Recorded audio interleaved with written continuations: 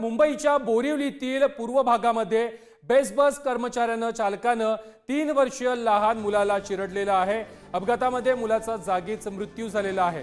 आई वडील इमारतीमध्ये लेबरिंगचं काम करण्यासाठी आलेले होते। यावेळी खेळता खेळता मुलाने रस्ता ओलांडण्याचा प्रयत्न केला। रस्ता ओलांडत मुलाचा बस खाली चिरडून मृत्यू झालेला आहे। या प्रकरणानंतर बस चालक मात्र फरार आहे।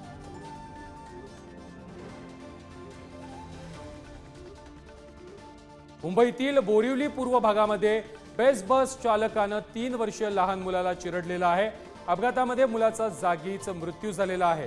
आई वडील इमारतीमध्ये लेबरिंगचं काम करण्यासाठी आलेले होते। यावेळेला खेळता खेळता मुलानं रस्ता ओलांडण्याचा प्रयत्न केला आणि याच वेळेला हा अपघात झालेला आहे।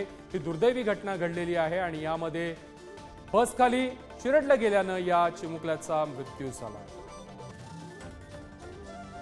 या संदर्भात अधिक माहिती देत आहेत आमचे प्रतिनिधी मल्लिकार्जुन, या बस चालकाला पोलिसांनी ताब्यात घेतलंय का?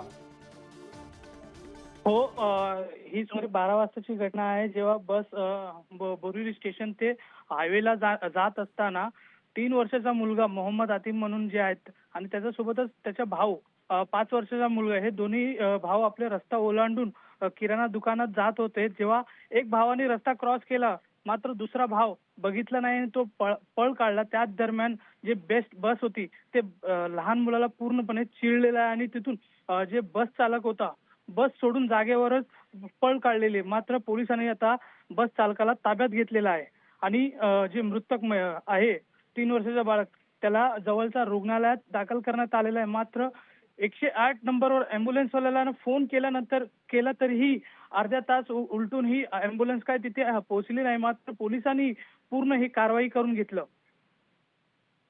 नक्कीच मल्लिकार्जुन, धन्यवाद तुम्ही दिलेल्या या माहिती संदर्भात। Thank you.